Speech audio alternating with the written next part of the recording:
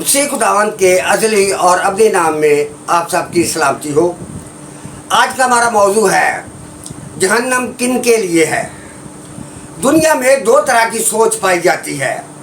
کچھ کہتے ہیں کہ جہنم کا وجود نہیں ہے، اور بعض کہتے ہیں کہ آخرکار سب لوگ نجات پائیں گے۔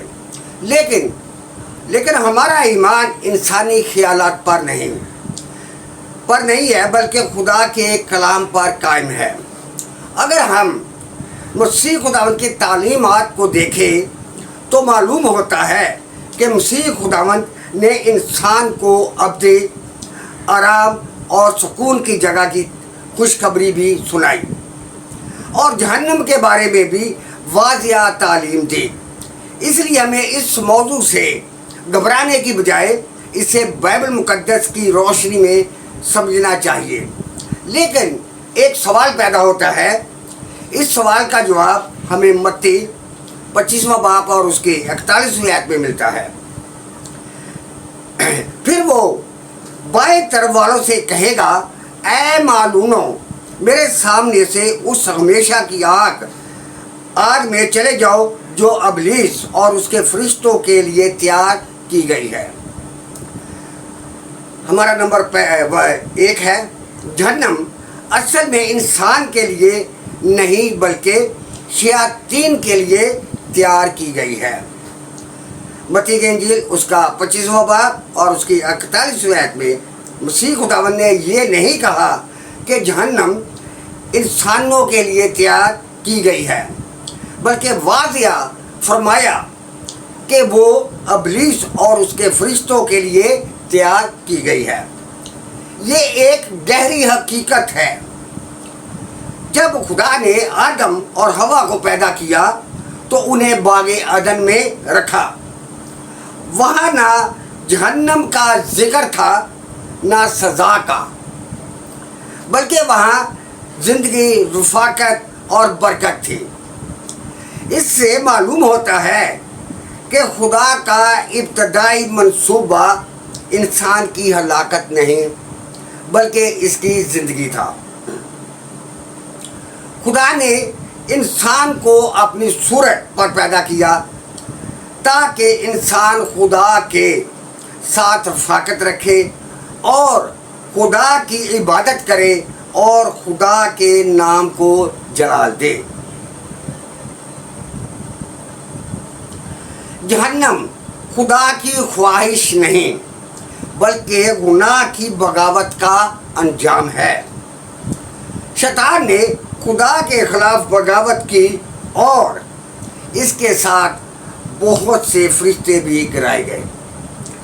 اسی بغاوت کا انجام جہنم کی ابدی سزا ہے۔ لیکن افسوس کی بات یہ ہے کہ جب انسان شیاطین کے راستے کو اختیار کرتا ہے تو وہ بھی اسی انجام میں شریک ہو جاتا ہے جو شیطان کے لیے مقرر کیا گیا۔ یہ خدا کی خواہش نہیں بلکہ انسان کے انتخاب کا نتیجہ ہے۔ ہمارا دو نمبر پوائنٹ ہے، انسان کب جہنم کا مستحق بنتا ہے۔ انسان کب جہنم کا مستحق بنتا ہے۔ یوحنا کی انجیل اس کا 3 باب اور اس کی 18ویں آیت، جو اس پر ایمان لاتا ہے اس پر سزا کا حکم نہیں ہوتا، جو اس پر ایمان نہیں لاتا اس پر سزا کا حکم ہو چکا۔ بہت سے لوگ سمجھتے ہیں کہ صرف وہی لوگ جہنم جائیں گے جو گناہ کرتے ہیں، لیکن اگر صرف گناہ ہی فیصلہ کن معیار ہوتا تو پوری انسانیت ہلاک ہو جاتی،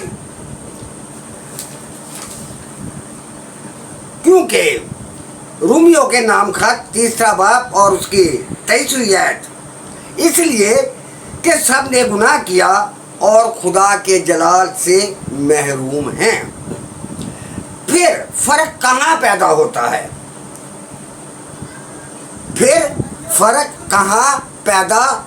ہے؟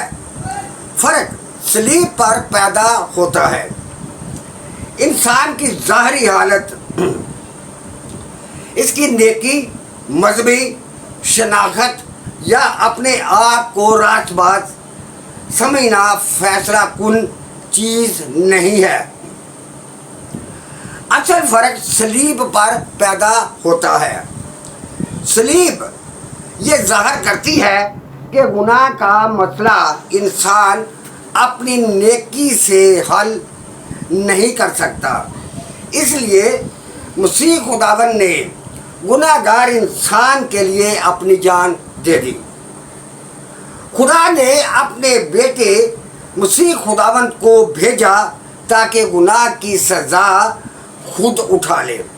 اب سوال صرف یہ نہیں کہ کیا میں گناہ گار ہوں، بلکہ یہ ہے کہ میں مسیح کی دی ہوئی نجات کے ساتھ کیا کرتا ہوں یا کیا کر رہا ہوں۔ خدا کسی کو جہنم میں بھیج کر خوش نہیں ہوتا۔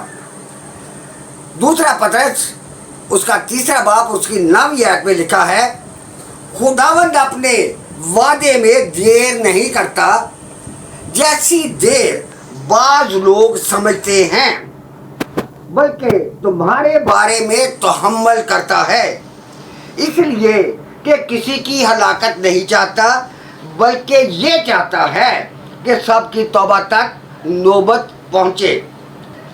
یہ آیت ظاہر کرتی ہے کہ خدا کی پہلی خواہش سزا دینا یا جہنم میں بھیجنا نہیں ہے، بلکہ نجات ہے، اور اس کا سب سے بڑا ثبوت صلیب پر مسیح خداوند کی موت ہے۔ اگر خدا صرف سزا دینا چاہتا تو صلیب کی ضرورت نہ تھی، لیکن خدا نے اپنے بیٹے مسیح خداوند کو دنیا میں بھیج کر انسان کے لیے نجات کا دروازہ کھول دیا۔ یہاں ایک گہری حقیقت ہے، مسیح کی صلیبی موت اس بات کا اعلان کرتی ہے کہ خدا جہنم کو آباد نہیں بلکہ آسمان کو آباد کرنا چاہتا ہے۔ ہمارا چوتھا پوائنٹ ہے، آخری عدالت میں فیصلہ کس بات پر ہوگا؟ آخری عدالت میں فیصلہ کس بات پر ہوگا؟ مکاشفہ کی کتاب اس کا 20واں باب اس کی 11ویں آیت سے 15ویں آیت تک۔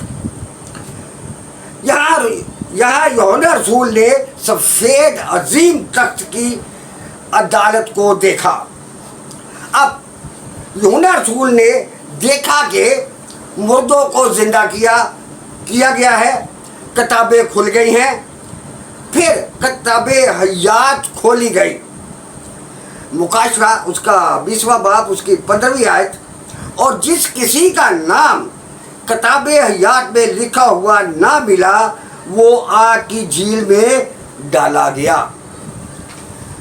یہ منظر ہمیں ایک حقیقت سکھاتا ہے، اس دن نہ دولت کام آئے گی، نہ شہرت، نہ انسانی دلیل، صرف ایک سوال ہوگا، کیا تمہارا نام برا کی کتاب حیات میں لکھا ہے؟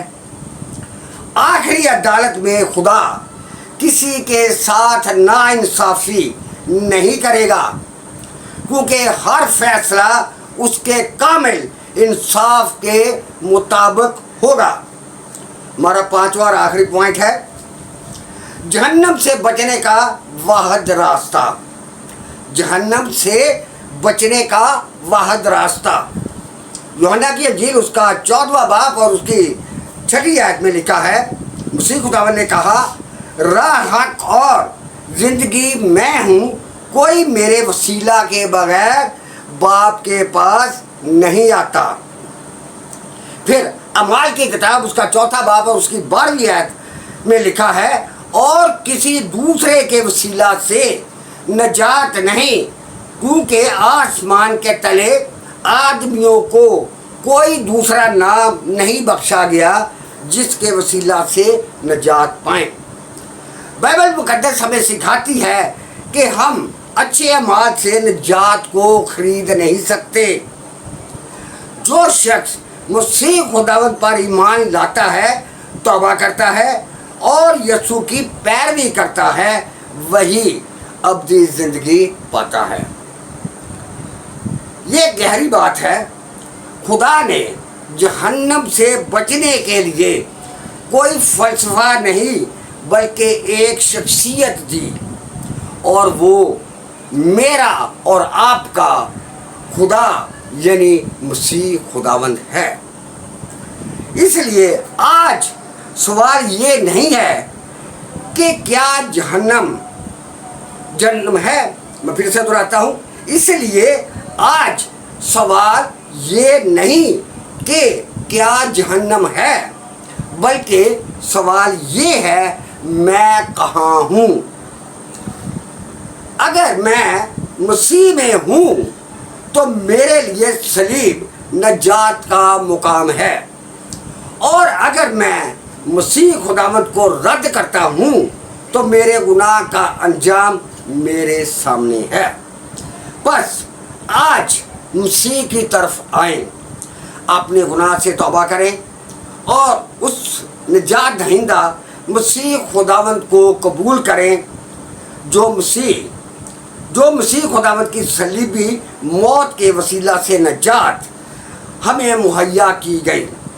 آج ہی بلکہ ابھی اسی وقت مسیح خداوند کو قبول کریں، اس پر ایمان لائیں کہ وہی ایک راستہ ہے جو ہمیں خدا باپ سے ملا سکتا ہے۔ آمین۔